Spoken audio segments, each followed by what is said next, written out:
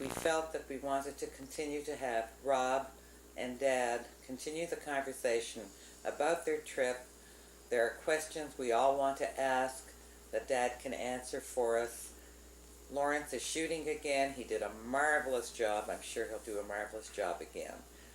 And now, I give you Max and Rob. Let me just make one more introduction here, and that is that the date today, it's Sunday, August 21st, 1988, and it's about 8:30 at night, and we're filming now. Go ahead, Dad. Okay, as Gloria said, we watched the first tape, which was to be the debriefing of our trip. What surprised me was Rob made 7 hours of a tape on our trip, and we spent 2 hours the last time discussing the whole trip. And it amazed me that we had that much to talk about. However, Rob is always full of surprises. For example, I hadn't the vaguest idea of what Rob was doing taking movies or videotape of our trip. I didn't understand it. I didn't understand video. I didn't understand the meaning of it, but he was so enthused about it, I didn't want to dampen his ardor, although I must tell you in confidence, I had no hopes that anything would come of it, and he sure surprised me. Every minute of that 7 hours, I must tell you, is very informative and very interesting to me. I then discovered, another one of Rob's surprises, that what he was really doing with the 2-hour tape we made the last time, which was about 2 or 3 weeks ago, was, I believe he's trying to get something down for the sake of posterity, so that his grandchildren will be able to know who their great-grandfather was and what he did. Yeah, we're not interested in what we can read in a book. Right, I gathered that. There was a popular saying during the war, I don't know who started it, but it was picked up by many, an author and songwriter and so on, and it went something like this: "What did you do in the war, Daddy?" And we always used to say that, use that phrase, because when we were goofing off or doing something for the 5th time, which we knew was make-do work, the guys would make a crack, "What did you do in the war, Daddy?" Well, I goofed off. That's what I did. Instead of saying I was over there fighting the Hun and beating them, we were goofing off. And we goofed off a good deal. Now, when I say we did, I don't want to tell you I was the only exception, but I, as everyone who knows me, feels that one of the most precious commodities I have, that we all have, is time. And I never waste time. So I was never goofing off. I think one of the things we want to talk about in this film, and tell me if you agree, Dad, is we want to talk about some of the characters that you came across and how you met them. For instance, we want to find out how you met Shmuel for the first time. Yes. And where that led to, and also how you met Mary and Mary's story very briefly. Yes. And also, I think, the Lamperts, we want to hear about that. Mm-hmm. And Val Reimer, people like that, everybody's interested in. And certain, like Bill Overy, he's mentioned. And Bill Overy. And I know one of these guys introduced you to Mother, was instrumental in you meeting Mother, and so we'd like to hear about that. You know, none of the kids really know the story. Yes. I must tell you, one of the secret Walter Mitty ambitions I've had since the war was to write a book about the war. And in fact, I had several ideas of books to write. And one of them was merely to write a chapter on each character I met in the service with whom I had a relationship with. And there had to be at least 30 characters, and 30 chapters would have made very interesting reading. One chapter on Bill Overy, for example, would have been a very illuminating bit of information, likewise with many others. Was he in charge of the supplies? See the guy? He was our mess sergeant. Hey, you told me about him. Supplies. What's the other fellow? Hints. Pete Ackley. All right, I'll tell you about some of these guys. Well, Major Moody for sure. Yeah, well, let me start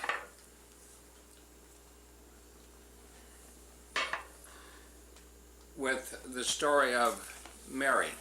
We keep referring to the story of Mary as if she were the central character, and she really was not. We referred to her because she's the only one alive today, still living in Brussels, of the original group I met, and we always make it our business to visit Mary whenever we're in Europe. In addition, most of our kids have visited Mary. Now, when I was in Brussels, And when was that now? well, we entered Brussels, as I mentioned, September the 3rd, I believe it was. Maybe it was the 4th, I don't remember, 1944. But the story of Brussels goes back to 1943. Pardon me, 43. Right after the North African campaign, everybody knew that we were going to invade Sicily. Don't ask me how everybody knew, but you look at the map and it was the most logical thing to do. And I cannot tell you the exact dates of when the campaign in North Africa ended, and that's where the Americans got their baptism in fire, and they started off very poorly, but ended up very strong, and acquitted themselves beautifully. They cleaned out North Africa, the Americans and the British, and the Germans were gone, and the next step was Sicily. I thought it was Montgomery Who did what? who was in charge of North Africa. He was in charge of the eastern end, came from El Alamein right into Tunis. The Americans landed at Casablanca in North Africa and came in, and Patton was there, but Patton didn't play a pivotal role in that at all. It was Eisenhower. Eisenhower was... That's why they made him the Supreme Commander after that? No, Eisenhower was never a field commander. He was never in the field. They had this British general, Anderson, Kenneth Anderson. He bailed out the Americans. The Americans just were a disaster. One of the first Americans, they came over in April of 1942, and I remember it very clearly, and I got very friendly with this American boy from Brooklyn, and he used to come to my apartment at 36 Craven Hill Gardens. Then he brought a lot of his friends. I got to know a lot of them, and then they sailed for the North African campaign, and I got a letter about 3 months later, and they captured the whole battery. The 14th Field Artillery of the U.S. Army captured the whole battery. And Let's get back to meeting. All right, getting back. Russell. All right, so the story is very amusing, laughable, and really exciting. I think it's Let me tell pointless. the story. Yeah. What had happened, I've got to give you the background how I met it, because if this incident had not happened, I never would have met my mother's cousins in Brussels. The incident was that there was a Jewish pilot by the name of Barney Cohn, Sergeant Barney Cohn from the East End of London, and he was flying a reconnaissance flight from Tunis towards Sicily, and he ran out of gas, and he was forced to land on this little tiny island of Lampedusa, which is between Tunis and Sicily. He landed there, and the entire Italian garrison ran up and surrendered. Now this is a true story and very amusing. I mean, when you think of it, here were 10,000 Italians running up to surrender to one British pilot, and of all things, he would have to be Jewish. And stood 5 feet 4 inches tall. And he stood about 5 feet 4 inches tall, and I will never forget this. In the Daily Express, Lord Beaverbrook's paper, they had a picture of him on the right-hand side of the newspaper, 2 columns wide, the full height of the paper, and it made him look 6 feet 8 inches tall instead of 5 foot 4.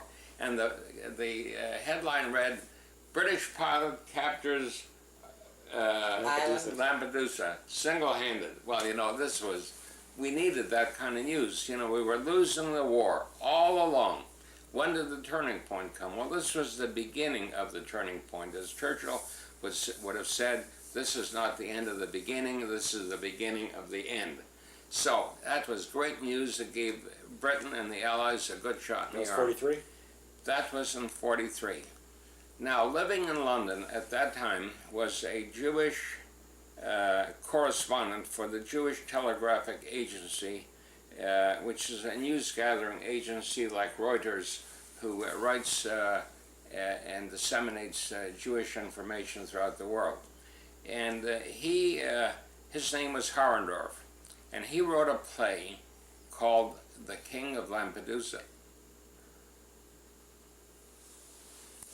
This King of Lampedusa was written in Yiddish and produced for the Yiddish Theater of the East End, which is today no longer in existence. There is no longer any Yiddish theater to my knowledge. But so that was one of the plays of the tail end of the Yiddish period. And you read about it and heard And about I read about it, and I was stationed in London at that time, 1943. And I thought to myself, I'll bet you he's related to my mother, because it's not a very common name. And I thought I should look him up. So the playwright, who happens to be the war correspondent who wrote this play, The King of Lampedusa, last name was Herrendorf, which was your mother's maiden name. Correct. So instead of looking him up, as I said before, I was a ladies' man in those days. I was too busy chasing the English lassies to waste my time looking up one of my mother's relatives, so I never did that. Well, when we got to Brussels, I was informed that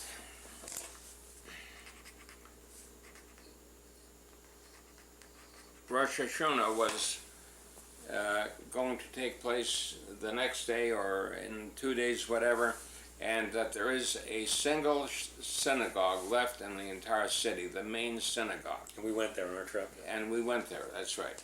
And so I figured, well, I should go.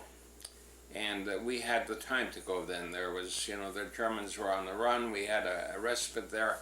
I went to the synagogue, and I found the following: that every Jew who was alive, or it appeared to me that way, who remained alive, was at that shul that day. He had something to ask God's forgiveness for. And all the Allied troops who were Jewish who could get away were there. They weren't inside praying, they were outside. And they were outside for a reason. And the reason was, each fellow who was native, the native Jews, were so overwhelmed that they got through this alive and they were liberated. They would surround each soldier and ask him, do you know my cousin Jake? He lives in Brooklyn. And on and on. And this fellow said to me, one fellow said to me, do you know my brother Yaakov Harrendorf? He lives in London, and he is a Jewish correspondent. I said, no, I don't know him. I've heard of him, and my mother's maiden name is Harrendorf. And he said, what is your name? And I told him my name, and he says, your mother's name Chava? And I said, yes. And he said, is your father's name Avram? And I said, yes. And he hugged me and kissed me, and he said, I am your mother's first cousin. And he drove her. And he told me more about my family at that moment than I was aware of. And he told me that he was a young kid when mother went to America, to Canada, and he carried her luggage to the station. Where was this at? In Poland. Warsaw? No, Krakow. Krakow. Krakow, Poland. Which is where both your parents came from. Well, not Krakow, in that area. Okay. And then he took you to meet the rest of the family. Then he took me to meet his brother, who was right in the vicinity. And then he took me home to meet the family. Well, you can imagine the commotion and the excitement. They couldn't believe it. It was, to them, as if I were sent by God to liberate them. And I met Mary and her cousin. So who was Mary, this guy's daughter? Wait, there were two brothers, Aaron and forget his I name. didn't meet him. Okay, Aaron and the other one, Harndorf, who were brothers of this fellow Jacob in London. The three of them were first cousins of my mother. So wait, the guy you met at the synagogue was brothers with That Yaakov? was Aaron. Aaron was the one you met at the synagogue. Yes. And his brother is Yaakov the writer. Baruch? Baruch was the No. other brother? Forget his name at the moment. And that was Mary's father. And that was Mary's father. So the brother who wasn't... Each brother had one daughter. One daughter, Mary, remained in Brussels. The other daughter emigrated to Israel, where she lives today. Mary was a young girl. I guess she was about 10 years old. On this trip, we found out she was 12 years old in 1944 when I met her. She had been hidden. She was hidden in a convent in the city of Louvain, which is not too far from Brussels. I would guess maybe 20, 30 miles. And I mentioned in the previous movie that I had gone to Louvain to visit the sisters to see what I could learn. It was of great interest to me that they took care of her for 4 years, and they did not attempt to convert her to Christianity, which was... Oh, so after you met the family, then you went to Louvain. Right. And when we were visiting Mary, you remember she made a comment that brought one of the girls back from the convent to Brussels. You don't remember that, but you will find it in the maybe it was recorded in the movie. Also, Mary showed us a picture of her at the convent with all the other girls, wearing her little nun outfit. Yes. The picture she showed us. And she could pass for it because she was blonde with a little turned up nose, blue-eyed. Yeah. There were many Jews who lived under the very noses of the Germans.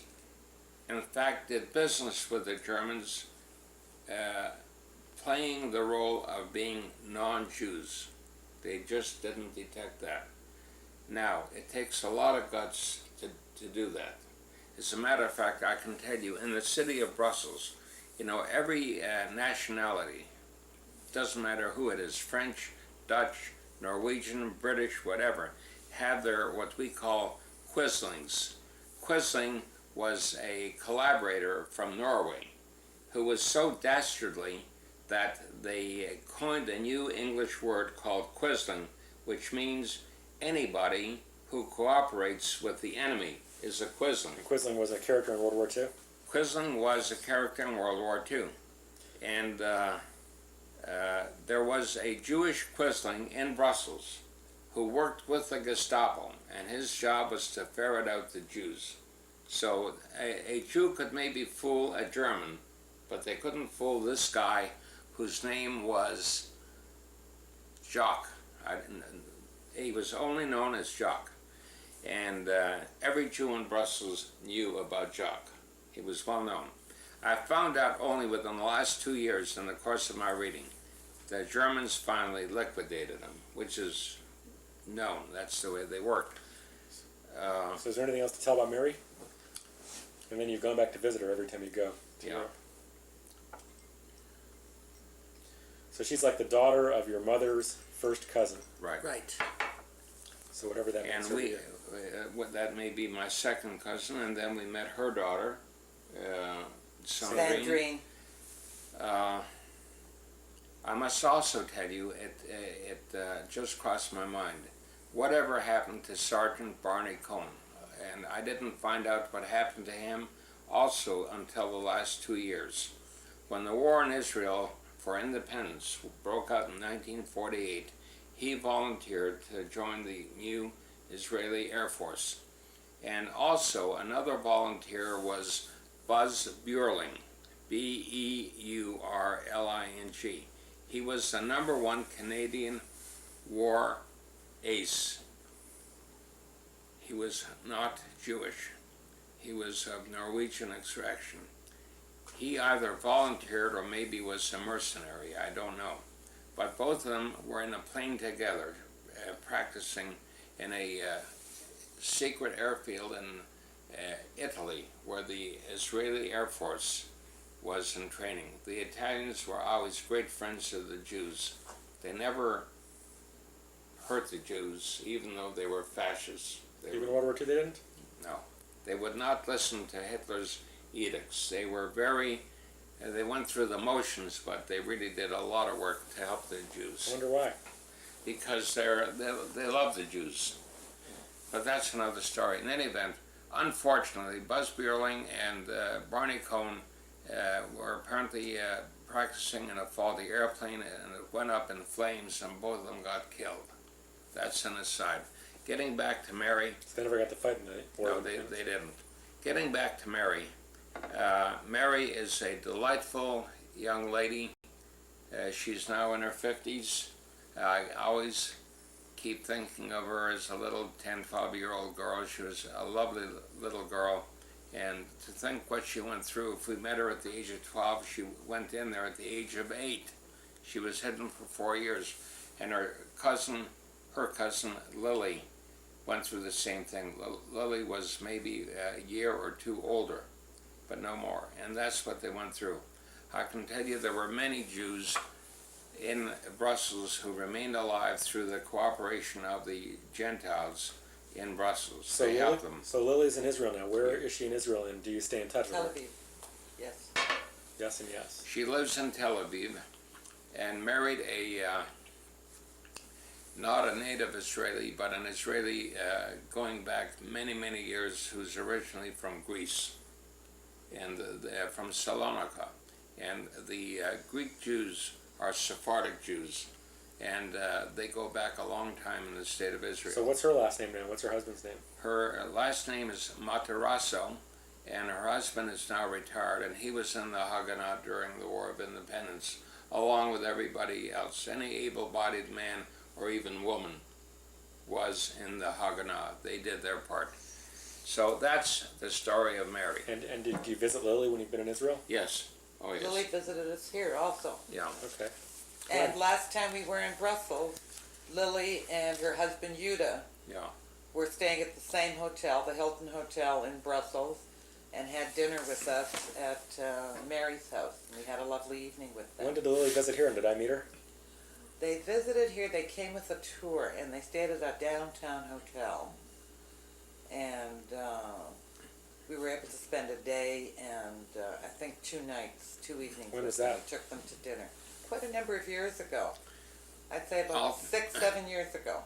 Gloria, it is that many years ago that I can't even remember the incident. No, it was. And if it were 6, 7 years ago, you could be sure that our kids would have remembered. No, because they didn't meet them.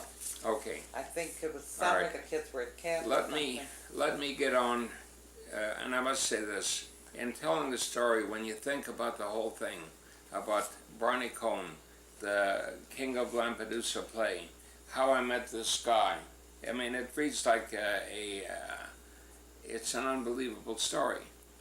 And you've got to finish the story about the author of King of Lampedusa, that we finally met him Yes, when we went to London. London, and we wrote him that we are coming and we'd like to meet him and who we were. And it was a fabulous evening. He came to, we were staying at the Grosvenor Hotel. At any rate, he came to the Grosvenor Hotel to pick us up. We had made a date with him. Apparently, his brother from Brussels had written to him 20 years earlier about Max. And of course, through the years, we kept in touch with the Brussels relatives, sending parcels, sending letters. And Aaron from Brussels had been writing to his brother Jacob in London. So we let him know that we are coming to London, would like to see him, would like to meet with him. And he said he would come to the hotel to take us to his home for dinner. He had married a lovely Viennese lady, was it, Max? Nellie. Lovely, lovely lady. At any rate, Dad wasn't quite ready, but I was anxious, so I went downstairs to the lobby Grosvenor Hotel. to see if I could spot... The Grosvenor House in London. Yes, at the Grosvenor, to see if I could spot him. I'd never met him before. I had no idea what he looked like. When I came down, I suddenly saw this gentleman walking in with gray hair, and I knew that was him. And I walked over and I said, Yaakov, I'm Max's wife, Gloria. And he grabbed me and kissed me. It was him.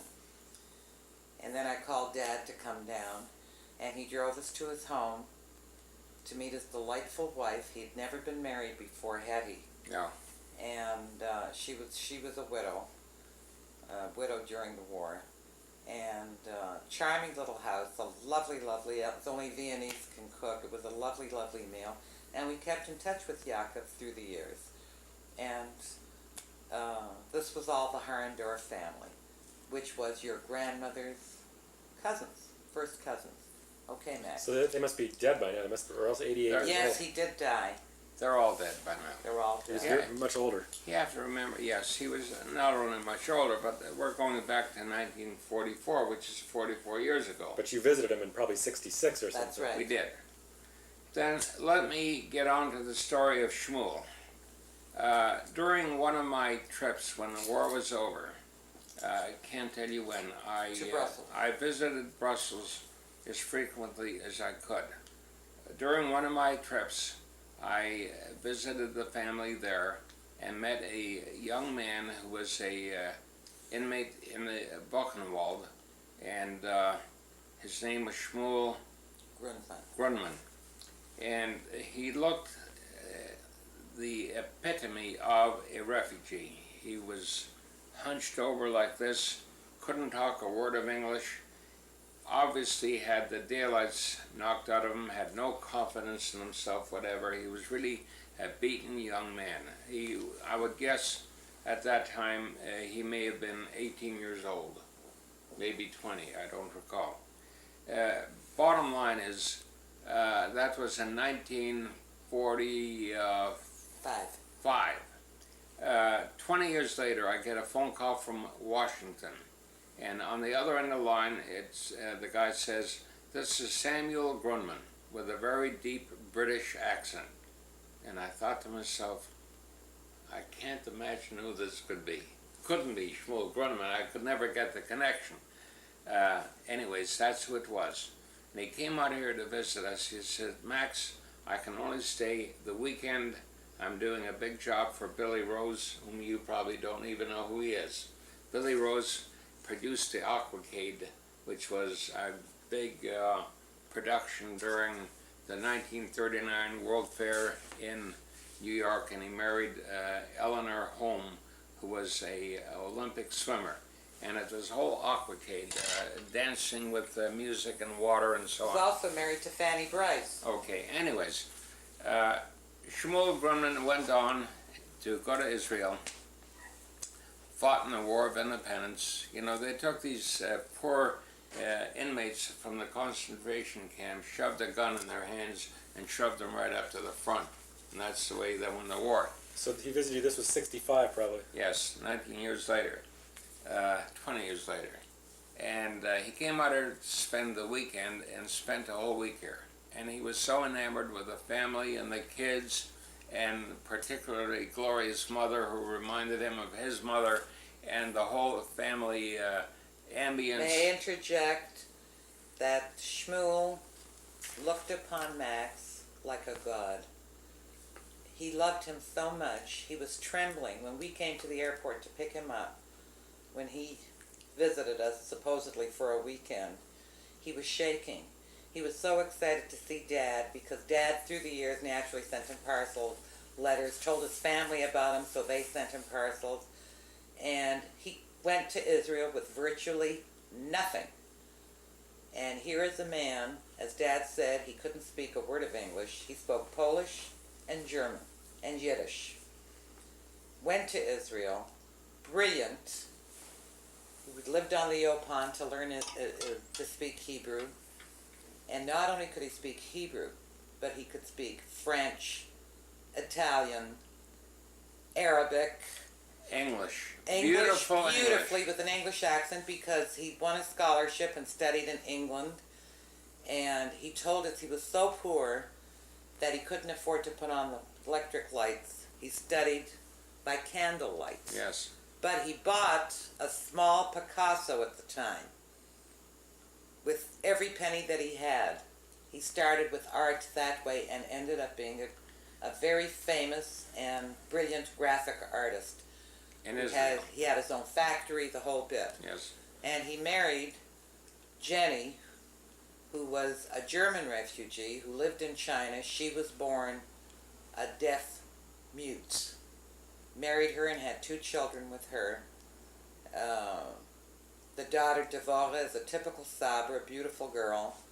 And the son Ronnie was a wild redhead who ended up suddenly finding religion. He now lives in New York, has the beard, the black coat, the black hat, the payas, and became a religious nut. We rarely see him or rarely hear from him. Let me move along because time is very short. Now wait a minute, before we leave the subject of Shmuel, what you haven't told any of us is how you're related to Shmuel.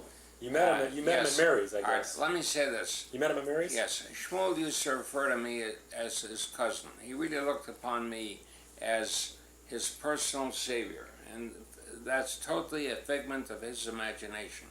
You can understand what these refugees went through, these concentration camp inmates went through.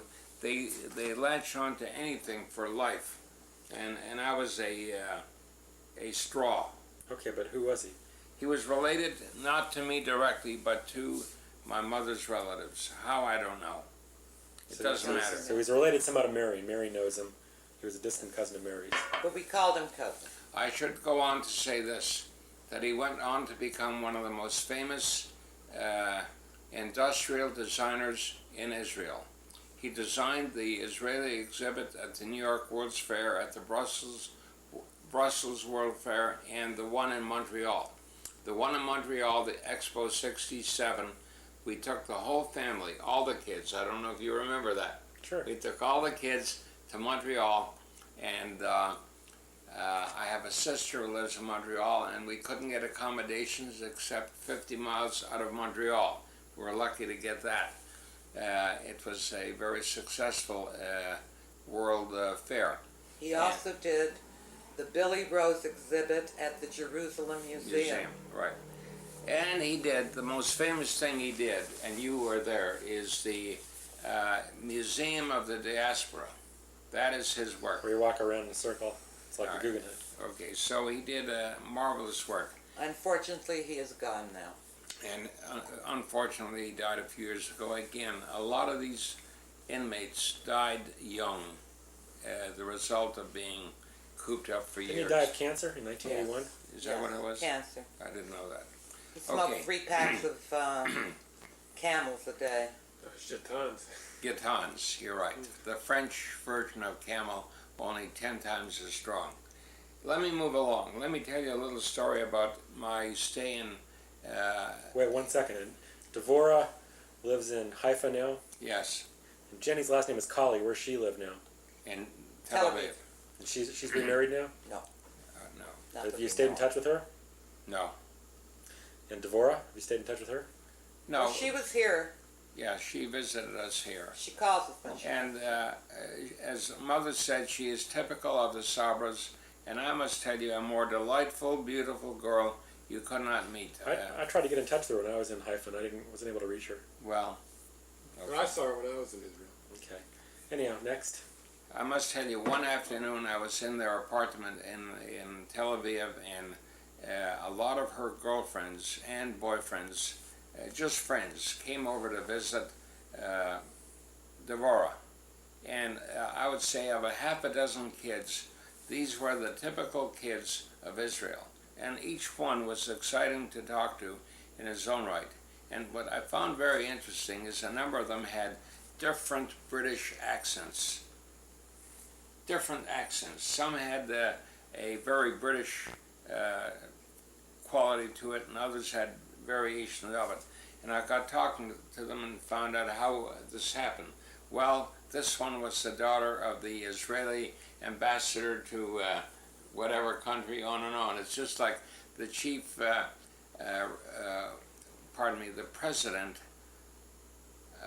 not the current, yes, the current president of Israel.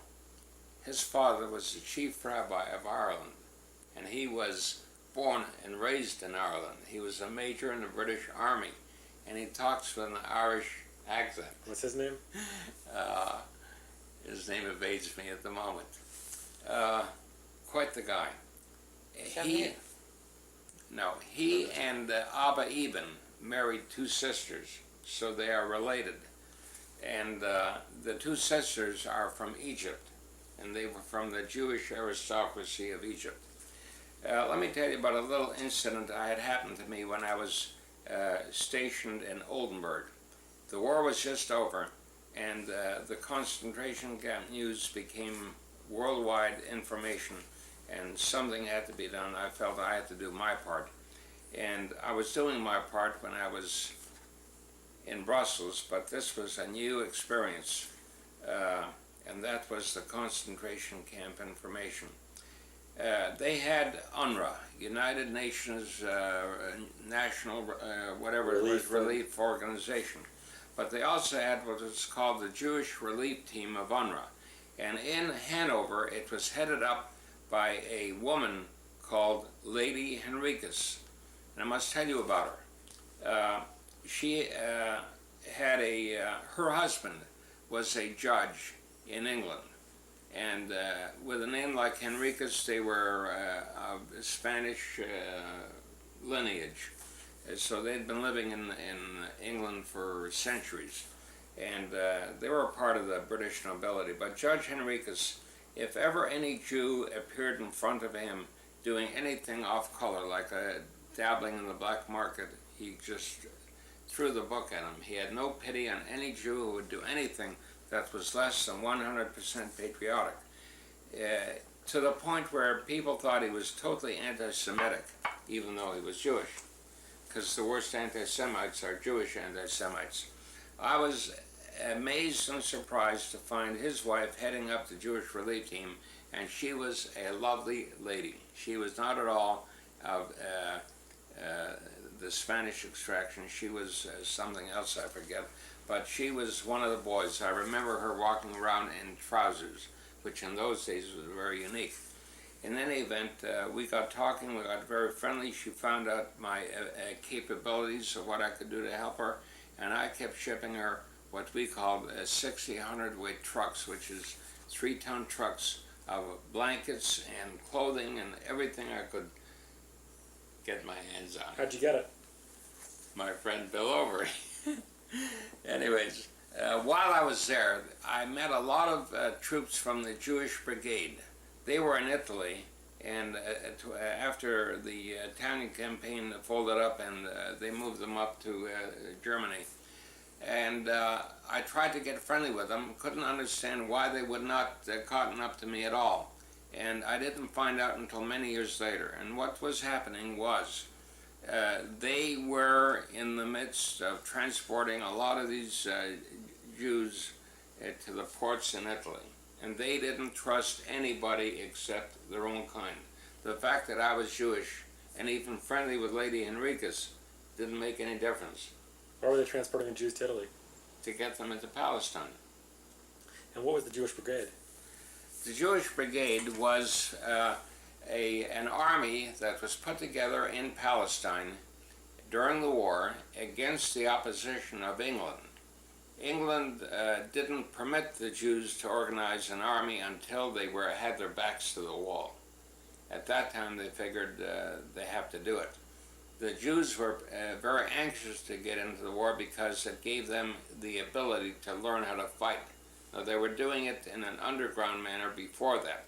As a matter of fact, the slogan that Ben Gurion used, "We will fight the British as if there is we will fight the war as if there is no British white paper, and we will fight the British as if there is a white paper." I may not be quoting it right, but the white paper was a document drafted by the British limiting immigration to Israel. And so wait a minute, so the Jewish Brigade was attached to the British Army? Yes, they fought in North Africa and acquitted themselves magnificently. They did a lot of behind-the-line works because a lot of them were refugees from Germany and could talk German. And why did Why did it have to be secret that they were shipping these Jews after the war to Italy? Because Britain opposed the immigration of Jews to Palestine. Okay. So you see, it's rather a complicated story. Now, I must also tell you that when the war in 1954, the first war after 56. in 56 broke out, the brother of this Judge Henricus, who was a brigadier general in the British Army, going back many years to the First World War, he became a writer after he retired from the army. But when the war in Israel broke out, he left England, went to Israel, and to volunteer. And by the time he got there, the war was over. So he stayed on, and he wrote a book called 100 Hours to Suez. And I'll never forget this. The prologue, it starts out where it says, he gives some of his background. And he says, I'm of Jewish birth. My family came here from Spain 200 years ago, on. And I had no Jewish education or whatever, nothing really to do with the Jewish community. He says, I don't know what compelled me to go to this. Obviously, I felt my Jewish stirrings compelled me to go. And it's very interesting to read this. And I have the book, and of course I read it. So that's the story of Hanover. Let me get on to some of the other characters I met. Major Moody. I had mentioned him in the previous shooting. He was a man who pretty well changed, not pretty well, he did change my whole life. It was through him that... He's a key figure. What's his first name? Harold Moody? Herb Moody. Herb Moody, but you never call him that. He still calls him Major Moody. I always accord him the honor of Major to this very day. And he always keeps saying, Starkey, why don't you call me Herb? It reminds me of my first partner, Fritz Reichel. He always said, why don't you call me Fritz? But I was brought up to respect my elders. Well, Major was a much higher rank than you left the Army. Oh, yes. You were a sergeant? I was a staff sergeant. And Major was way up there. Way up there. One shot above Major was a lieutenant colonel. Herb Moody, he had a number of things going for him. A, he was an architect. B, he came from the right side of the track in Winnipeg. His family were probably what they called United Empire Loyalists, which is the same thing or similar to the Daughters of the American Revolution, that sort of a lineage. Not Jewish. Obviously not Jewish, and his sister was married to the head of the Liberal Party in Canada. He became later on the Canadian ambassador to the United Nations, the Canadian ambassador to Washington, and the Prime Minister of Canada. So he was well connected, going way back. And that was his wife's brother became the Prime Minister? His wife's husband. Pardon me, his sister's husband. His sister's husband became the Prime Minister of Canada. Yeah. So he was Lester Pearson. Lester B. Pearson. He was a power going back as far back as I could remember. Always friendly to the Jews. Lester Pearson. Lester Pearson. He was head of the Liberal Party. When was he the Prime Minister? I can't tell you. After the war. Okay. However, because of Lester Pearson, he had a lot of influence. You know, one phone call or a letter to Lester, and he could pull every string. And that's what taught me during the service, that it is very important to know the right people. If you want to get anything done, you better know the right people. So what was Lester Pearson during the war? He was in politics. Okay. He was head of the Liberal... No, at that time he was assistant to William Lyon Mackenzie King, who was our Prime Minister. So he was pretty well connected during the war. Oh, yes. Well, continue about Moody. Moody took a shine to me. I was a young kid, and I was a young, eager beaver, and I was a nice, clean-cut kid who was just raring to go on everything. There was nothing I could... Where did you meet him? I met him in the field just after I arrived in England. We discussed that before. You met him in the Aldershot Command. In the Aldershot 41. Command. Yeah. And he felt that he could use a guy like me up at CMHQ, Canadian Military Headquarters in London. I was just the kind of guy he needed, and he got me transferred there. And we were very close. So were you his assistant in London? I was one of his assistants. I did certain things that I could do.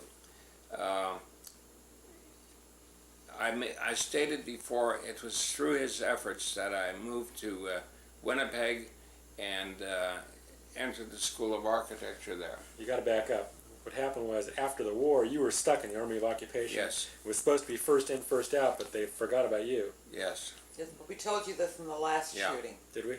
Yeah. And he's the one that got you out. He got me out and got me admitted to the university, and Because you weren't going to go to college because you didn't get admitted to yeah, Toronto. I was sorely disgusted at that time. I had no idea what to do, but I knew I was getting too old to go to college. But he arranged everything, and I really didn't lose a year. So everything worked out great. And had I stayed on in Winnipeg, I would have inherited his practice, which was the largest office in Winnipeg. But I He didn't. wanted you to. And he wanted me to, but I did much better on my own. Anyways, Moody was a major turning point, what I call a benchmark in my career. I met Mother because of him, not through him, but because of him. I moved to Winnipeg because of him. And So he changed your whole military career. One, he got you into college, which is the reason you moved to Winnipeg, which is why you met Mother. yes, And he got you into the architecture school. So he changed Right. your whole life. right, This guy. yes. And he is still alive today. He's still alive, and we hope to visit him next month. Does he know you're going to visit him? He has a letter from me, and yes, He lives How in old- Victoria. He lives in Victoria, British Columbia. And how Yeah. old is he now? well, I am 66, and I'm guessing, as I recall, he was 18 years older than I was. So 84. Yeah. And is he married? His wife died a year and a half ago. So he lives alone. Yes. Does he have kids? He has 2 daughters and 1 son. His son is an engineer, and he's the chief engineer for the Northwest Territories of Canada. Let me move along. In the Army, I met many interesting characters. There was Major Harry Hyde and Major Max Morris. Yeah. Both of them were Jewish boys, and in my unit. And my unit was a very special unit. There were only, at the very most, there could not have been 100 men in my unit. We had a very special role to play. We were the equivalent of Canadian military headquarters in London, but in the field, during the whole campaign. And Harry Hyde and Max Morris were very dear friends of mine. Harry Hyde was from Toronto. He went on to become the head of the Toronto hydroelectric system, the #1 man in the entire city and the hydro, like being head of, what do you call it here? Department of Water and Power. Department of Water Power. That's how clever he was. Like Mulholland. He told me he took Toronto nuclear. It was his efforts who did that. He was a major when you were in the Army? Yes, And where is he now? died. You must remember, they were 20 Oh, I years know. older. Yeah, when did he die? Oh, I would guess about 8-10 years ago. I You have kept- pictures of him if you want And to you see. kept in touch with him? Max Morris, very interesting man. He in turn had a fellow like Major Moody who took a shine to him, and the fellow who took a shine to him was Brigadier General Storms, who was our Brigadier General. And he's a guy who was very interesting. He stood about 6'8". Max Morris? No, No. Storm. Brigadier General Storms stood about 6'8" and he was as broad as not as tall, but in proportion. Always stood a head taller than anybody in the crowd.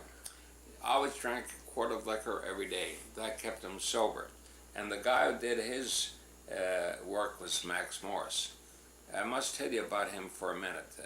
Storms was shipped back to Canada immediately after the war, within a month, to organize the equivalent of the Veterans Administration. What did they have for the housing? The VA. Yes. No, the housing of the VA, I forget what Oh, it the was. Federal Housing Administration, FHA. FHA. And he organized the equivalent of the FHA for Canada. And what he did, he surrounded himself with all the guys from our outfit. everybody he could gather. He tried to get her Moody to join, but he did get Max Morris to join, and the whole staff was members of our company. He couldn't get me to join because I was going to college. Anyways, Max Morris was his right-hand man when he came back, and then he organized a heavy construction company, building sewers, railroads, dams, so on. And they got into trouble and they went under. And Max Morris took it very hard. To make the story brief, he was a civil engineer from Sydney, Nova Scotia, Max Morris. He ended up, of all places, in San Jose, California, and worked with his brother-in-law who had a business going there. And Gloria and I would visit Max Morris in San Jose whenever we went up to Santa Cruz to visit our son David, who was going to the university at Santa Cruz. And the kids came with us. Nancy and you were with us, so we visited him. I stopped corresponding and phoning Max because the last time Gloria and I went up there, we went up alone without you kids. I don't know if you even remember. And I was so saddened at seeing Max looking so old that I couldn't stomach it anymore. So you don't even know if he's still alive? I don't know. But he had his share of problems. And so Max Morris and Harry Hyde and Major Moody, they were all friends. They all knew each other. You were all in the same outfit? Yes. What was your outfit called? In the field, well, it'll come to me in a minute. Okay. Then we had characters like Bill Overy. Bill Overy, I mentioned him in the last episode of this movie. He was one of my buddies, and we were all, when I say buddies, we were all very close. We were small outfits, we stuck together. How big was the outfit? Less than 100. Okay. Bill Overy was, again, he was old enough to be my father, but he was a staff sergeant like me, And very handsome. tall. He stood about 6'2", and a very handsome guy. But he was, in my books, a crook. And he was also anti-Semitic, very anti-Semitic. But despite that, you know, in the Army during those days, you never called a guy a crook, you called him a scrounger. He knew how to get anything out of anyone. And his anti-Semitism went so far that I was the greatest. I mean, he couldn't do enough for me. Anything I wanted, he would help me. But you have to understand that the subject of anti-Semitism is very complicated. I won't get into it. But we could both overlook it. He could and I could. We were in touch up until about 2 years ago when he died at the age of 90-something. Bill Overy was... Where did he die? Where did he live? He died in England, in Reading. We were right near Reading. And I was toying with the idea of phoning his widow, and I figured, the heck with it, I've got too much to do. So we were very close to Reading, which is right near... Reading is in Berkshire, and it's right near Oxford. Well, we saw Bill in one. Oh yeah, we saw him there. We took him to dinner. Old man, still extremely handsome. Very handsome. And living with his pal. He always had a girl. He left his wife in Winnipeg. Yes. Here's Winnipeg again. Mm-hmm. Winnipeg always comes up, doesn't it? He was from Winnipeg. After the war, he came back to Winnipeg and just picked himself up, left his wife, and moved to England. Got his discharge, got his severance pay, and moved right back to England to live with his girlfriend. So who's his widow? His girlfriend? Doesn't have a widow. Well, He wait just a lived minute. with her. He never married her. In later years, he finally made it respectable. Oh, he did? For reasons having to do with pension and so on. But he was... You sent him money, I remember. And I always sent him some money at Christmas time because I knew he couldn't be making it. What did he do for a living? He worked in England after the war for an engineering company. He was a civil engineer? Yeah. And this guy was the mess sergeant? What was he?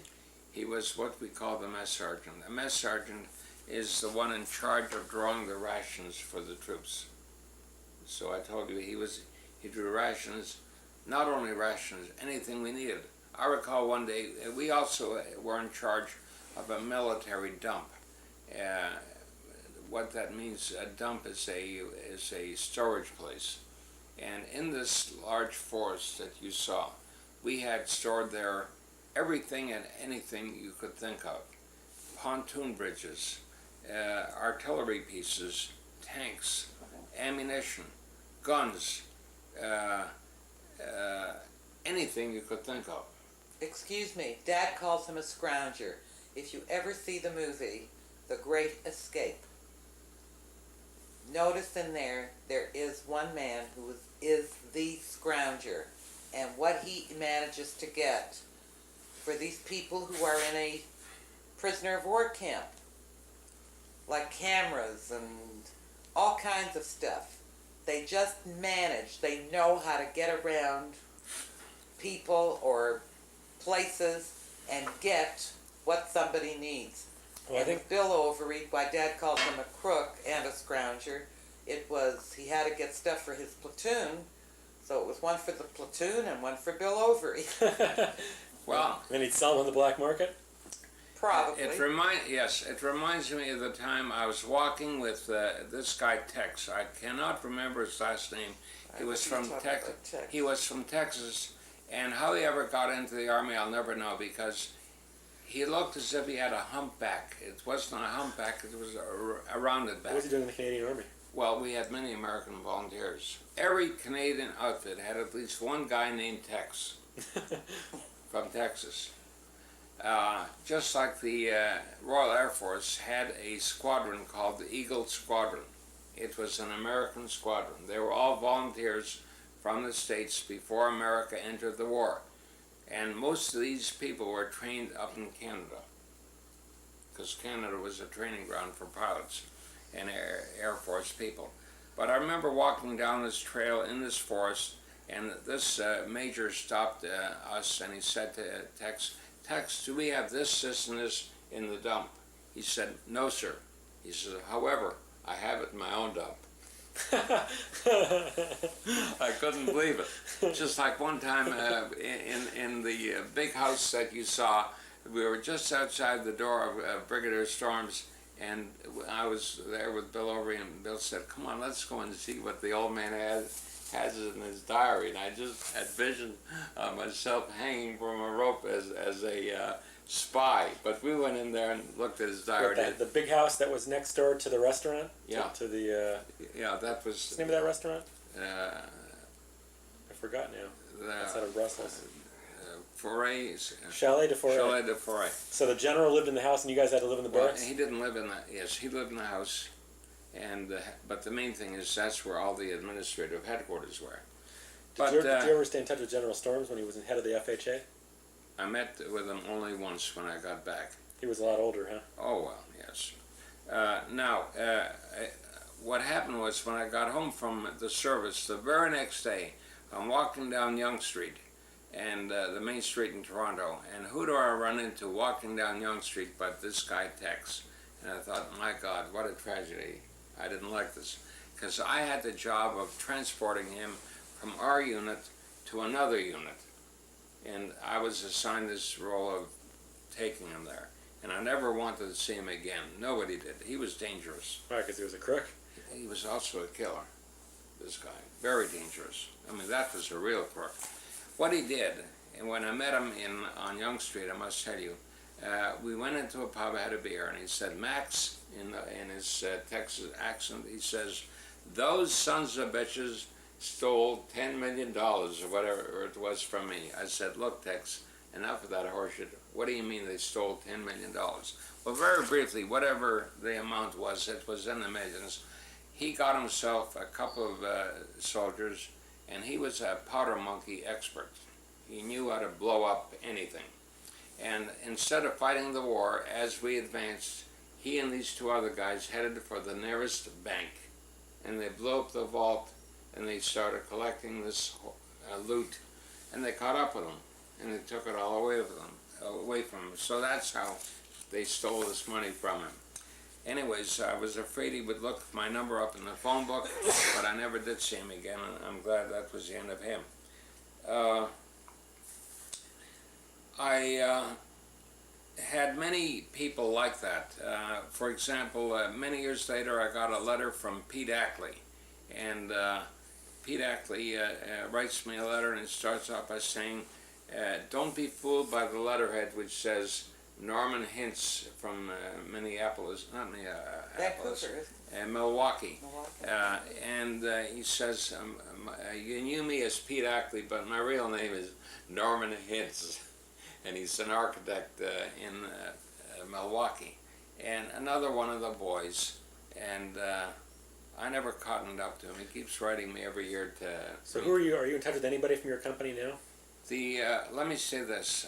Unfortunately, all of them have died off, with the exception of Herb Moody and Pete Ackley. But I kept in touch with about 20 of them for many, many years. I would say up until 10 years ago, I was in touch with no less than 20 of these people. And you were the youngest guy in the company. I was the youngest.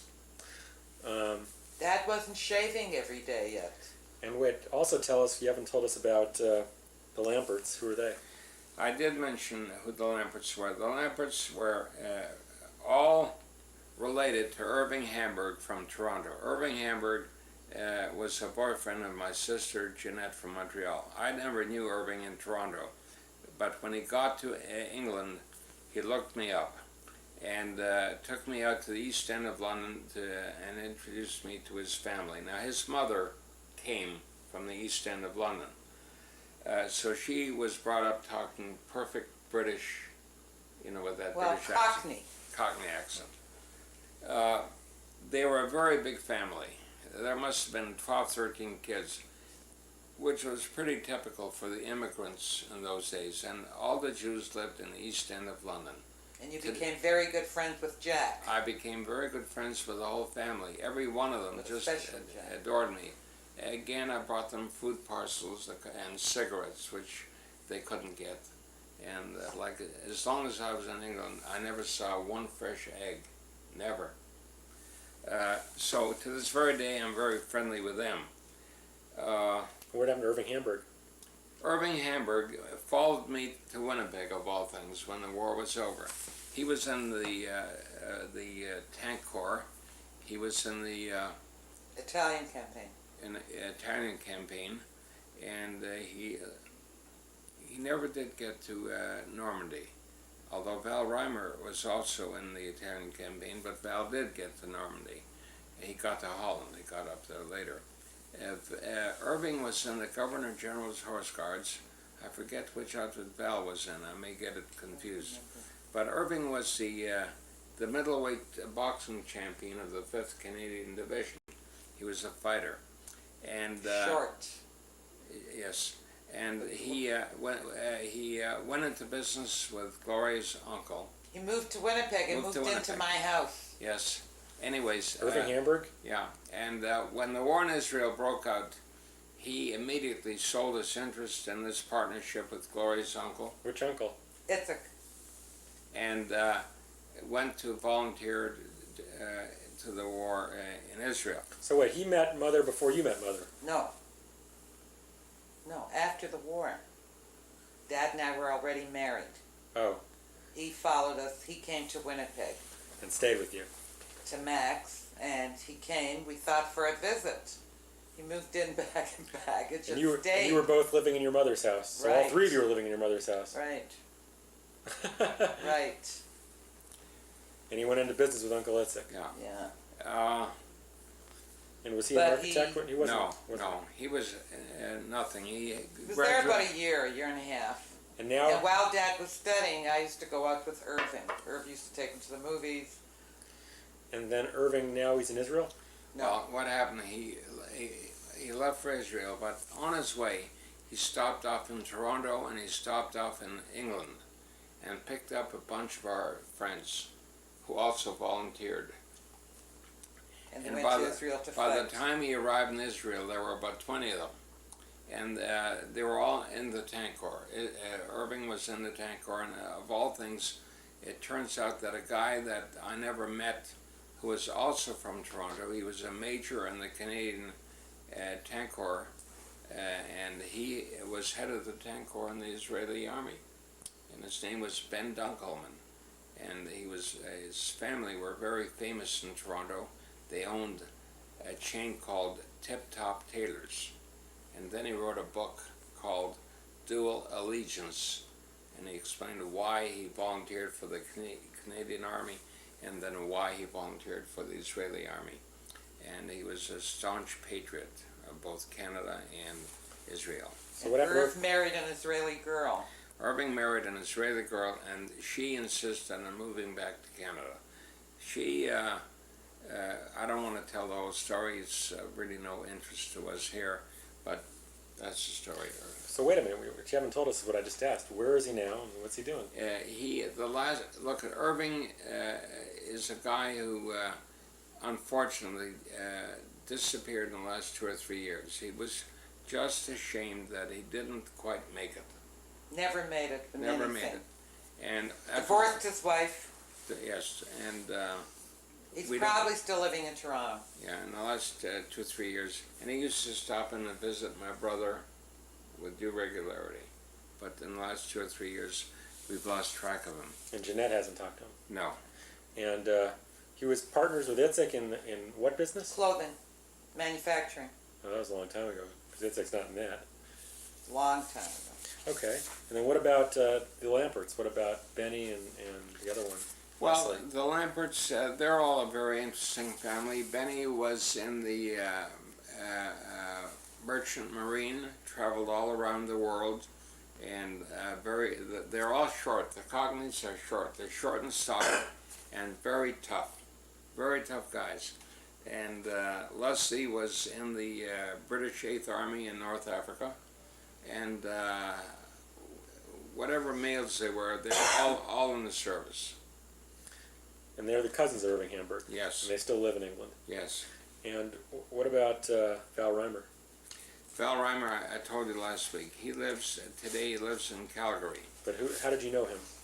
He grew up in Toronto, went to public school with me, went to high school with me, and he was overseas also. He was in the tank also? He was in the...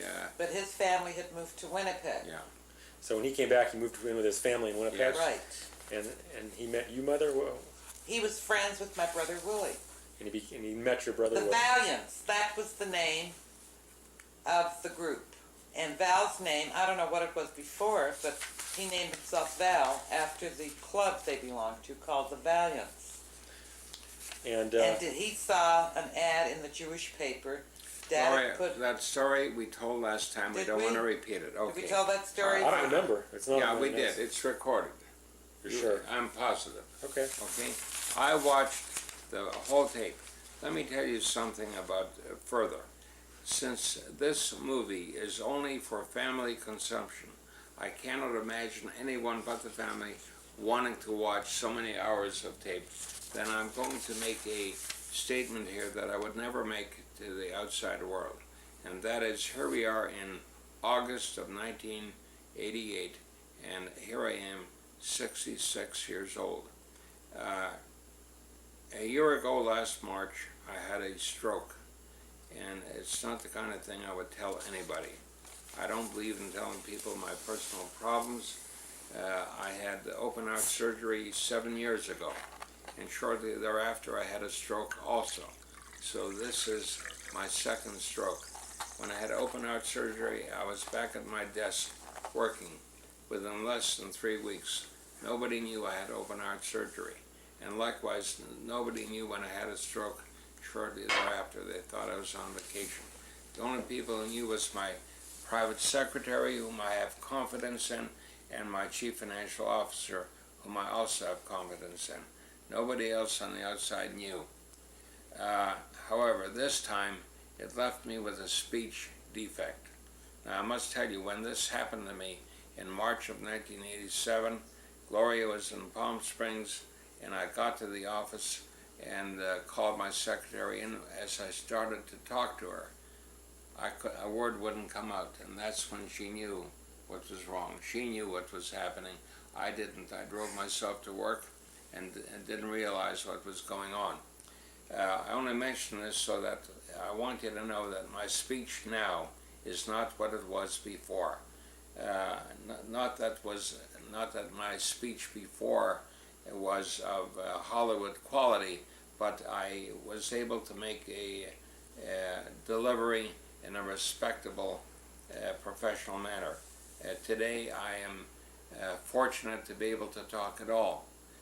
Many people who've had a stroke are crippled, and I've had no after effects except my speech. It is not back to normal, but I expect to get it back to normal shortly. It took a lot of work, but I must tell you, in a matter of 3 weeks of speech therapy, I went from 0 to about 90%, and I was able to get back to work, and very few people knew what was happening. They could detect something only when I got tired and my speech would be slurred, but they didn't know what it was. I mention that because, again, it ties in with the history and the story of myself. What I wanted to mention was the war to me was 5 years of my life that influenced my entire life, obviously. And people wonder, like my family wonder, and my wife wonders, why I'm still so preoccupied with World War II. World War II is not Vietnam. Vietnam was a turning point in American history. Vietnam was the first unpopular war in this country. Max, no war is popular. That's not true. Some wars are popular. World War I was very popular. They were fighting for what they thought was a cause, but to me, World War II was the real war. You have to bear in mind, when World War I broke out, they didn't call it World War I. When I was growing up, they referred to it as the Great War. Yeah, let's touch on that for 1 second, because I found this very interesting. Before we get into your notes here, let me jog your memory a little bit, Dad. I recall that when we were driving, first of all, when we were driving in France, before that, when we were in England, I noticed when we went to 10 Downing Street, in the center of the street there on Whitehall, there was a giant, what you called a cenotaph. Yes. And what the cenotaph is in England, it's a monument to all the British people that were killed in World War I, the Great War. Yes. Right? Yes. And then, and I never knew this before, and I'm sure none of you who are watching the film know this, every single city that we went to in France, without exception. In England. Oh, in England too? Oh, yes. I didn't really notice them so much in England. Yes. I guess in England and France for sure. I saw them every Oh, town. yes. We'd find it every single one. And in England. Every town had what they call a cenotaph, and it's a monument to the citizens of that particular town that died in the Great War. And I don't remember seeing them in England, but in France I'd always noticed them. They were always in the very center of town. I'm sure the same in England, in the center square. And they were very old looking. You could see that they'd been there a long time, and they're dirty and dusty. And on the bottom they always have engraved the names of the people from that town that got killed in the war. Because I guess they were very proud of themselves. And they thought this was the war to end all wars. Well, there'll never be another. World War I was called the Great War because that was the war to end all wars. And I want you to know, here in it didn't end all wars because it was unfinished. And when World War II came along, I can tell you a kid who got, a good guy was Bill Overy, good example. Bill Overy was about 18 years old, I'm guessing, approximately, when World War I came along, and at around the age of 17, being the size he was, he managed to tell them he was 18, and they took him and he was in World War I. Well, World War II started 20 years later. By that time he was only 38, young man, depending on where you are. And he immediately volunteered. Immediately. The war broke out September the 3rd, September the 4th, he joined up. But now, the other thing that you told me when we were in France, I recall now when we were driving through the countryside, going from Normandy back to Holland, very clearly in the car, you were telling me how when you were in school, in high school and in grade school, you learned about World War I, you learned about the Great War. And so that's what you learned about in school, as opposed to us learning about World War II and Vietnam and all Right. that. You learned about World War One, and that every town in your neighborhood you had veterans of World War One, Yes. and some of them were crazy because they'd been gassed and stuff. Yes. Yes. Remember you were telling me about that? Yes. Yes. There was some crazy guy. There were no. There was one guy I remember who would march along the street, never marched, and every fifth step he would jump up in the air and do this with his feet and bang his chest and say, "Fit as a fiddle, Yeah, that's what you told me. fit as a fiddle."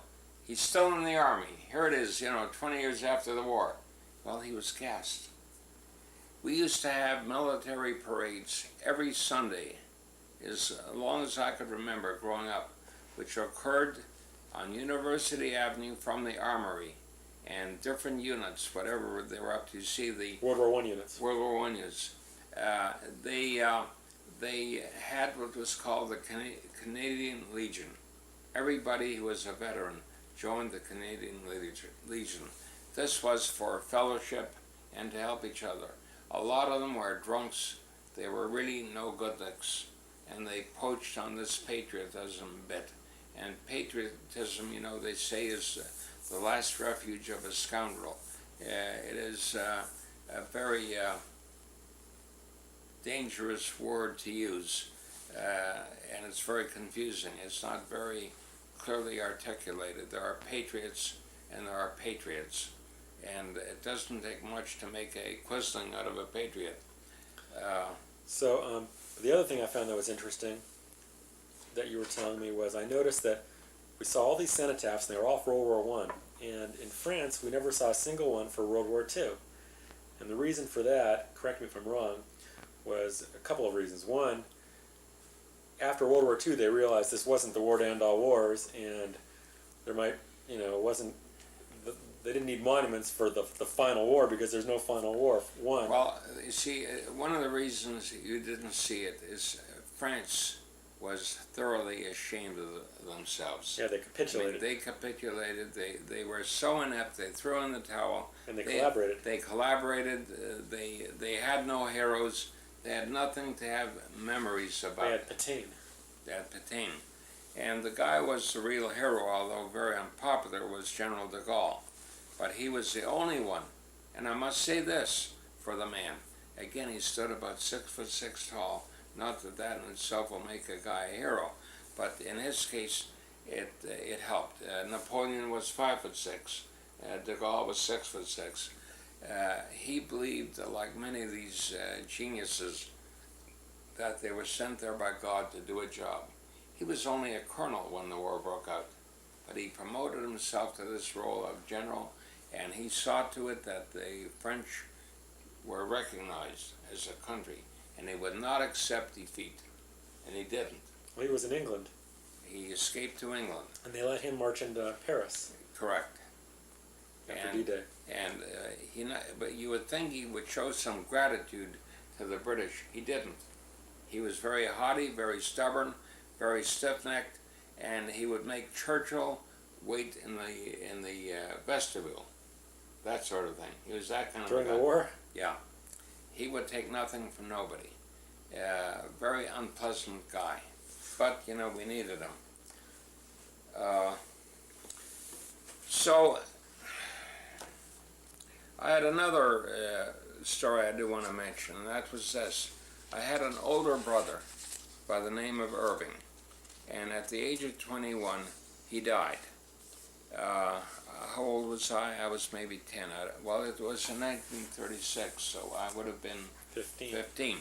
I was 15 years old. Irving was the oldest in the family? He was the oldest brother. My sister Rose is the oldest. He may have been older than 21. He may have been 23. He died from a rheumatic heart. I would say this. A number of years later, my sister Jeanette contacted the same malady. She did not die. She's in good health today, and she's over 60. In fact, she's older than Mother, and Mother's going to be 62 next month. You had to put that in? Yes. Now, when he died, I can tell you my mother took this very poorly. Jewish mothers in those days lived for their children. my mother used to be up at 6 in the morning to cook us porridge. Not instant porridge like you have today. It was a 1.5 hour job, standing there over a stove, which you had to make with wood, and stirring the pot so the kids would be sent off to school not hungry. It was a rough life and a tough life. So when Irving died, my mother was devastated. And when the war came along, Don't you still have a picture of him on the inside of your secret closet, yes, Yes. stuck on the wall there? I have it there, so I won't lose it or misplace it. I was torn between my sympathy for my mother and my eagerness to get into the Army. And I held out as long as I could, and I couldn't hold out any longer. I just had to volunteer. This posed a dilemma for me. My mother was still not over the dilemma of Irving dying, and I was going to add to her problems. Came up with the idea that I wouldn't tell him, and here's how I did it. I made a deal with Val Reimer, who at that time was not in the Army, and when he did volunteer, his mother took over. At that time, they were building the Alaska Highway, Alcan Highway, from the United States to Alaska. And I wrote a letter and told her that I was being an engineer assigned to the building of that highway. So you were joining the Army to be an engineer? Yes. So she knew you were joining the Army? No, pardon me. I joined the Army, yes. She knew I joined the Army. And she knew I was in the engineers. Being in the engineers, it was logical that I would be working on a highway. That was not incompatible. So I was stationed in the Northwest Territories, and hence I couldn't get home on leave every 3 months the way other soldiers did. This went on from 1941 until 1944 for 3 years. Now the fact is this: my brother Morris knew about it. All my brothers and sisters knew. I have a very strong suspicion that my parents knew. They just wouldn't discuss it. And I never had the presence of mind to ask them after. It then occurred to me that what I did was not too practical. That if here I am, I then volunteered for the invasion, and if my parents got a telegram from the government, it would be the end of my mother. So I felt I had to write them and tell them where I was. What you didn't say is that you were writing letters home, but sending them to Val Reimer? I sent them to Val Reimer, who in turn postmarked them in Winnipeg. But they thought you were in the Northwest Territories, I thought. Yes, but the excuse I used was that the military The mail would go through. it goes through Winnipeg. They didn't know that my friend Val Reimer lived in Winnipeg, so it was perfectly acceptable in the beginning. But after 2 or 3 years, they must have suspected something was up. I felt about a couple of months before D-Day, I better tell them what's happening. It's better for me to tell them than for them to get a letter that I was killed. So that's when they first found out. So for almost 3 full years, they were kept in the dark. Didn't they ever try to write you? All correspondence came through Winnipeg. So you had them write you care of Val Reimer in Winnipeg? Yeah. I forget how I handle that. Mother may remember better than I could, because you know the story. You heard it from Val Reimer's mother. She was, I forget how we did it, but it came off in a very reasonable, plausible manner. Now, I mention this because this, I must tell you, did influence my whole conduct. Because you asked me, what exactly did I do? And I want to tell you what I did. It was a German military scientist, or in whatever other roles he had, by the name of Clausewitz, who said that war is politics in another form. Or what is it he said? War is a continuation of politics, by other means. That's what he said. And really what happens is this. You get two countries who disagree, and when they can't come to an agreement, that's when war starts. And the Germans were no superheroes. They were no better than any other country. When you have a cause, you fight. And every country had great soldiers. Look at the Jews. The Jews were ridiculed for 2 centuries. They were thrown from pillar to post, never had an army since 2,000 years ago, and they were great fighters in those days. They gave the Romans a good run for the money, which the British could not do. They conquered Rome in 1 month. It took them 4 years to conquer Jerusalem. So, what did I do? We, in the engineers, how can I put it?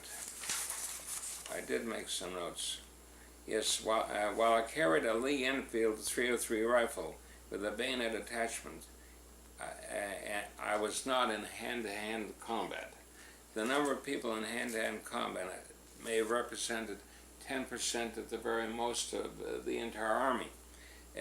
Neither was I 50 miles behind the front. You were there, and you saw how far it was from the beachhead to the front.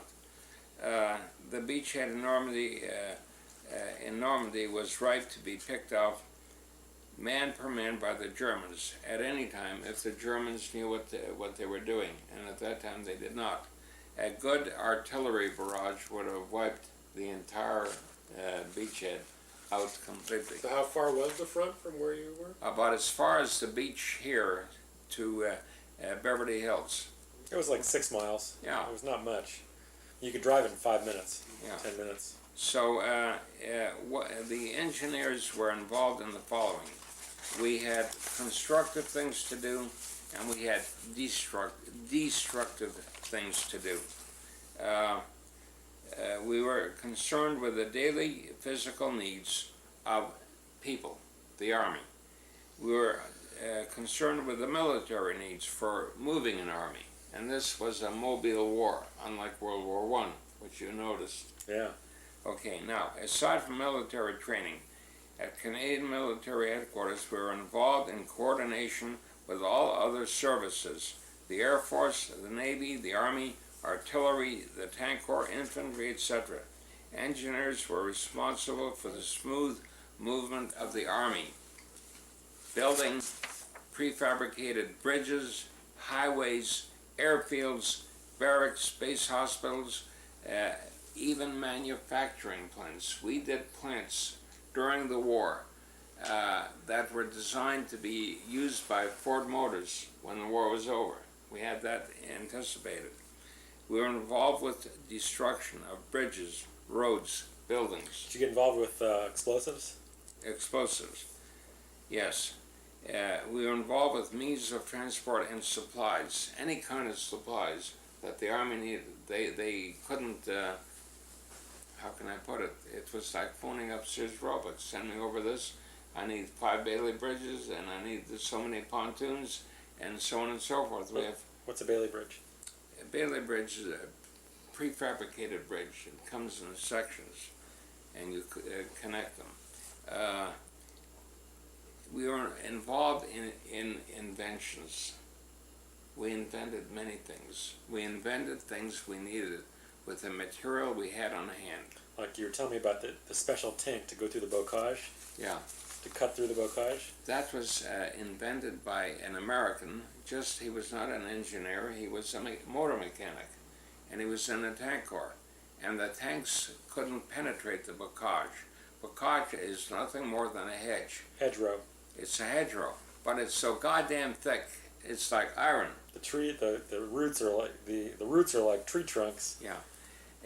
And what he did, he invented sort of a scooper that with forks that would just cut right through it. And they had this when they landed? They attached this to the front of a tank. Did they have this when they landed in Normandy? No. It was later? They didn't know about the bocage. It was an oversight. Oh, God. So that's improvisation. Well, did they come up with it quick, or did it take Very quickly.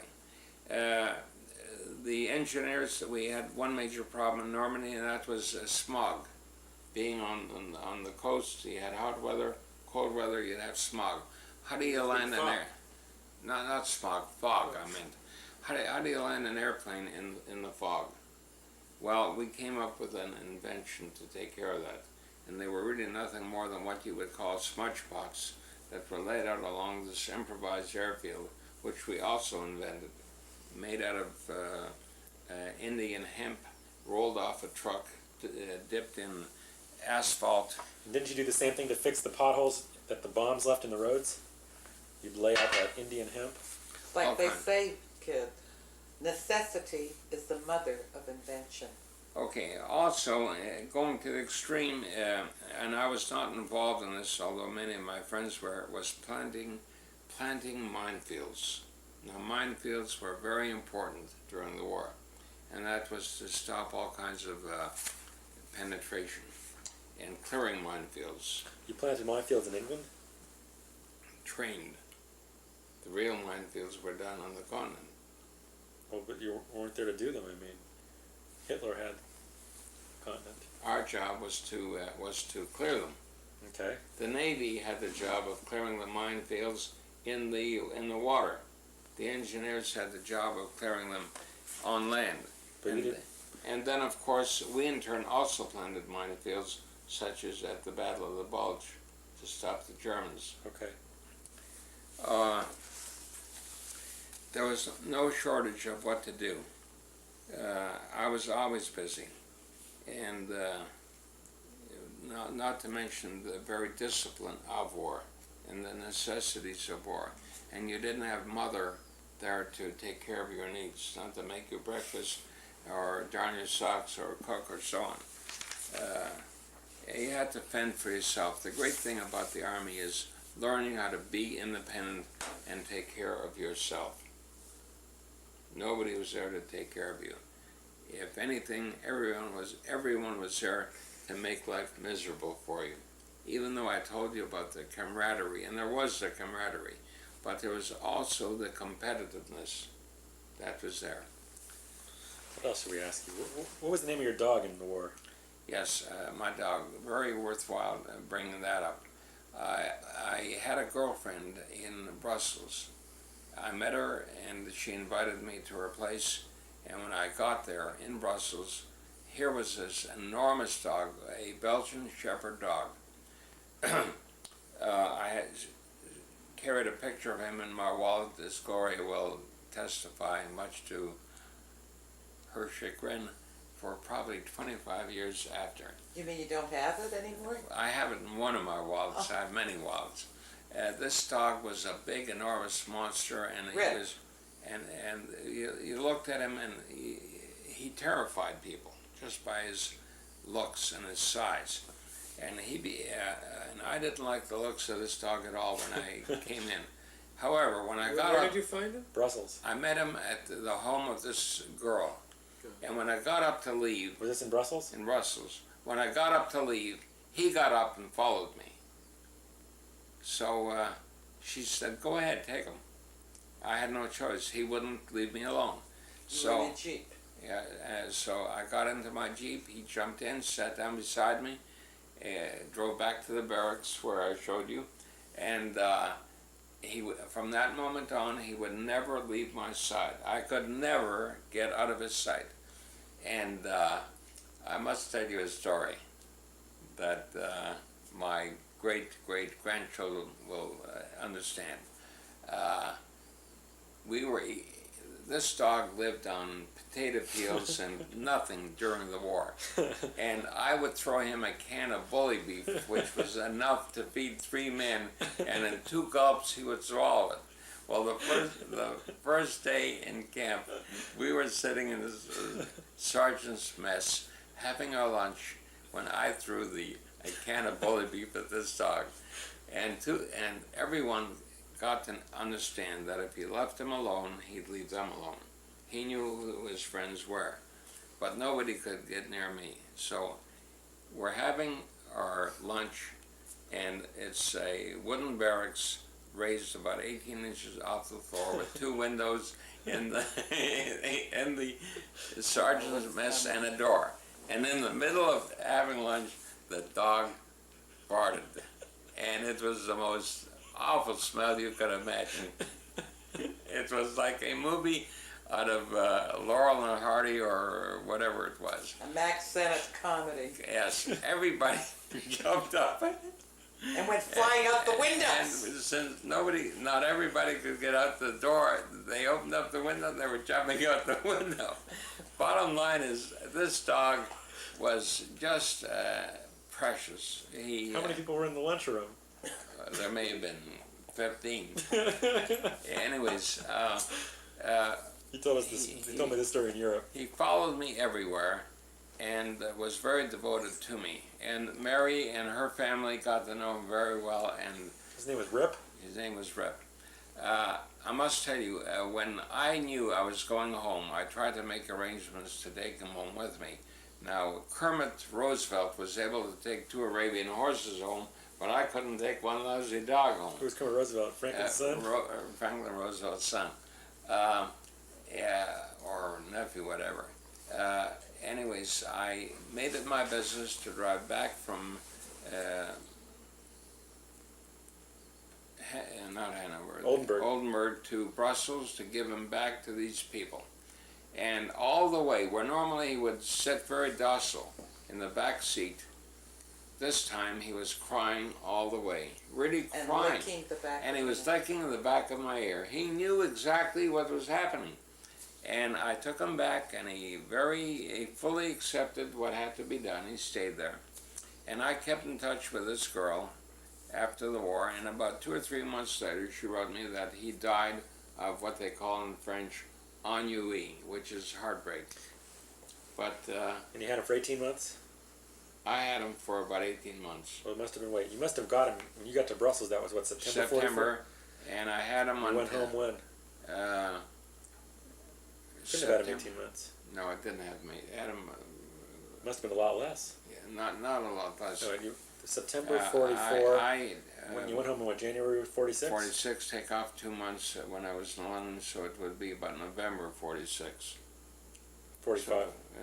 So, 45. So I had him for about A year. A year and 2 months. Mhm. September, yeah, a year, 14 months. Sherlock Holmes. Yeah, but And that was your father's start of a love affair with dogs. well, I always loved dogs, but this dog was really special. Did you ever have a dog growing up? Yeah. What kind? Oh, we had.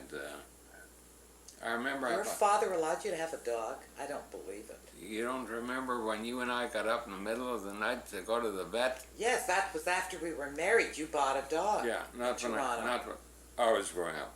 I bought a dog when David was maybe 18 months old, 2 years old, and Laurence was just born. And this was I forget what kind it was, a boxer. And this was a young boxer, a small one. And what he used to do is he'd come up to David, push him on the ground, and when he was horizontal, he'd get right on top of him and lick him all over the face. Gave him a face bath. I gave your father an ultimatum. Either the dog goes or I go. So every I dog was we've ever afraid had, of him. every dog we've ever had, you've given away. No, we've had a few that were killed. Now, I also want to make a comment about that I find very interesting. To this very day, I still read everything I can about the war. It's not unique to me. They're still making war movies. They're still showing war movies.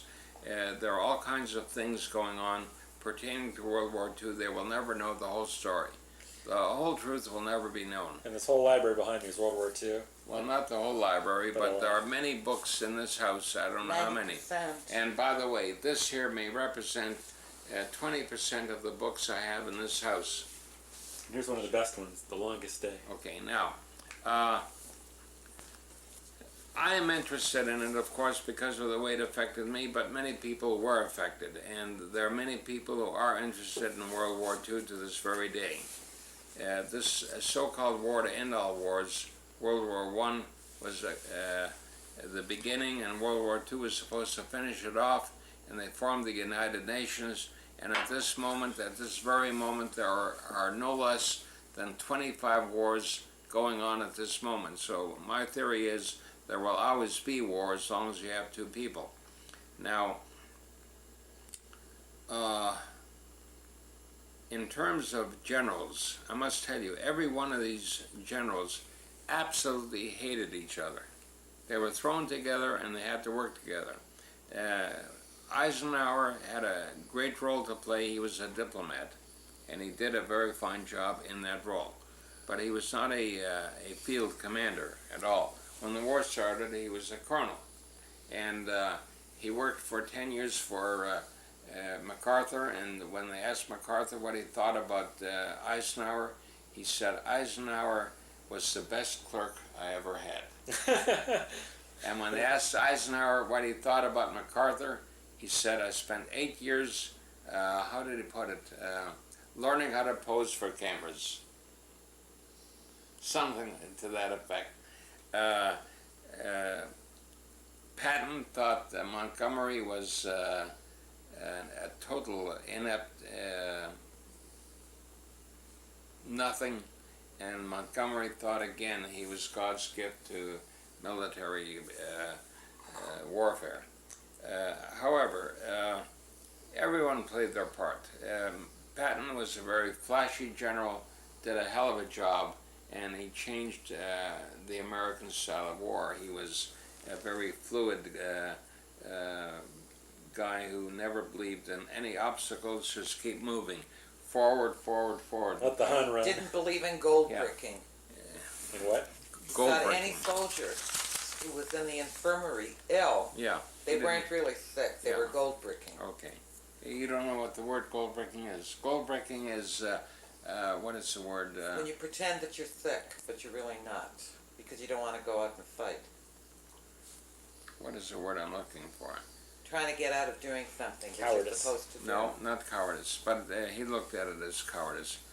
In any event, the British had Montgomery, and I must tell you, he was a great. I was a great fan of his for many years, until I found out the whole story about Montgomery, and I must share Patton's view, not for the same reason, for other reasons. I am very disappointed in what was a hero in my eyes for many years. I found out later on he was able to do what he did because of Ultra. He won the whole campaign in Africa because of Ultra. They knew exactly what the Germans had, what they didn't have, and it was easy for him to beat them. When he didn't have Ultra, he didn't do that well, but he did his job. The British never did have a general like Patton, but I must tell you, they did have a guy that, had he not gotten killed, would have been the British equivalent of Patton. And I must mention him, he was a very interesting man. When he was a captain, he was assigned to a unit in Palestine. What's his name? Ord Wingate, and he rose to become a general, and he got killed in a plane crash in Burma. The British were in Burma. He is the guy, he was so unique and unusual for the British, and the British have many people like him, I must say, that he was a Bible believer. He believed in the Jews and their history, and he was a great admirer of the Bible and Jesus and so on and so forth. And he believed in what the Zionists were doing. And he is the guy who trained the the Haganah. And he taught them night warfare, and he taught them how to organize. When did he get killed? And that was before the war. Well, he got killed during World War II? Yeah, and then when the war started, he was shipped out to Burma. And in Burma, he got killed. But he was an expert in night fighting, and the Arabs were terrified at night fighting, and the Jews were great at night fighting. Oh, and he was a fan of the Jews. And now to this very day, he is admired by the Jews and by the Palestinians, the Jews in Israel. They like the British, the Canadian Legion, the Jewish one in Toronto is called the Ord Wingate chapter. So Wingate was a very unconventional, unorthodox fighter, and he knew how to handle it, and to me he was another Patton. The Russians had a guy I mentioned the last time, who I believe both Patton and Rommel learned their tricks from him, and his name was Timoshenko, and he's been written out of the books, the history books. You know, the Russians, they write them in, they write them out. Depends on who's in power. And this guy, Semyon Timoshenko, was the absolute master of them all in my books in the pincer movement. And he would let them come into his trap, he'd let them advance and cut them right off at the base, and here they were in the trap. And he did a hell of a job. And they had another one called Rokossovsky, the Russians, but he was not as flamboyant as Timoshenko. And then, of course, the most famous of them all was General Zhukov.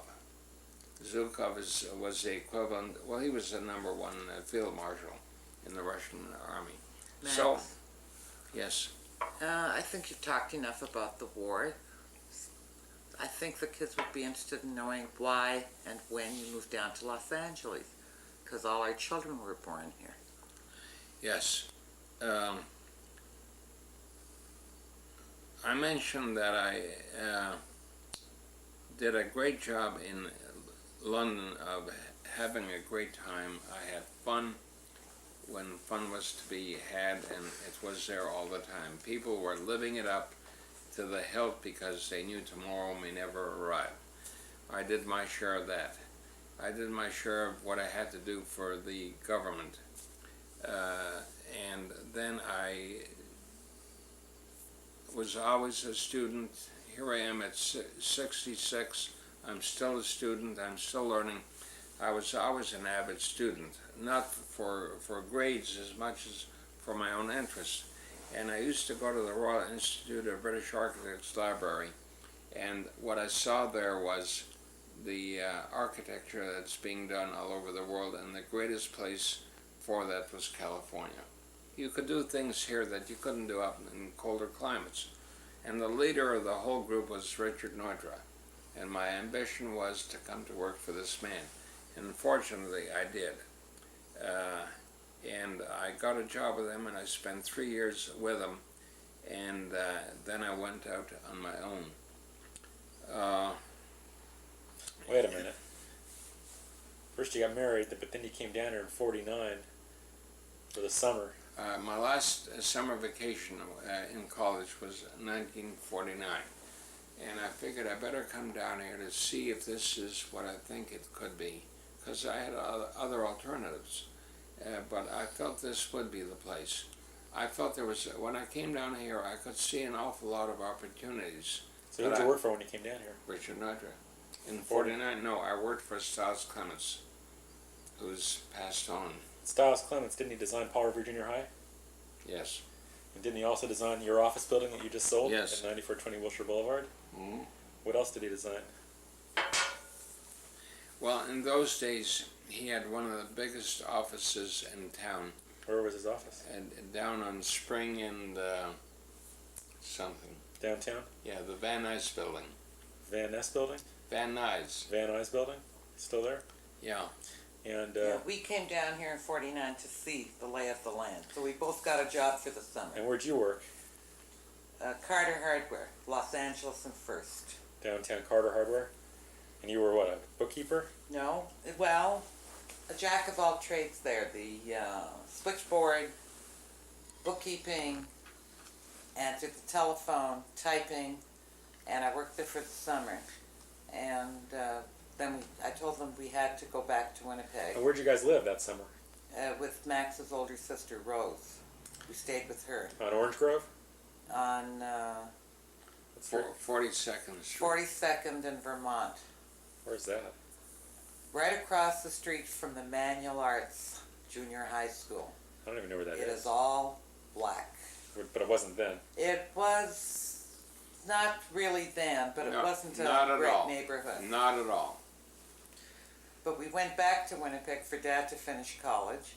I got pregnant with David. I wanted to have my first child as soon as Dad graduated. And Dad shipped me off to Los Angeles a month or so before he graduated because Winnipeg had a flood. And the doctor said all pregnant women should get out of Winnipeg. I was going to go to my aunt and uncle in Scantterbury. They lived on an Indian reservation. But Dad said, oh no, we're moving down to Los Angeles anyway. before I knew what was happening, he had me on an airplane. I'd never been on an airplane before. With the stomach in my 7th month, and shipped me down to LA. And he stayed to finish school, arrived here the day before David was born. And when you came in 49, you guys drove down? We drove down. And then when Dad came in 50, before I David was flew born. down, he drove down. He finished school, didn't stay for graduation or anything, went to Toronto to visit his parents, then to Buffalo to buy a car, and drove down in record time. He wasn't supposed to arrive, I think, till Saturday night. He arrived on Friday afternoon. And Saturday morning, he was very, very tired from driving. I think he was driving day and night to get down here. And I said, I'm going to have the baby today. And they said, no, you're not due for another 8 weeks. But I kept telling them all day that I'm going to have the baby. And they had to take me to the hospital in an ambulance, rushed me to the hospital, because no one would believe me. And they didn't have time to prep me or anything. And before I could say Jack Robinson, David was born. Jack And we were absolutely delighted.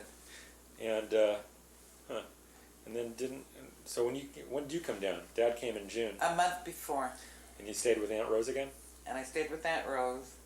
And after David was born on a Saturday night.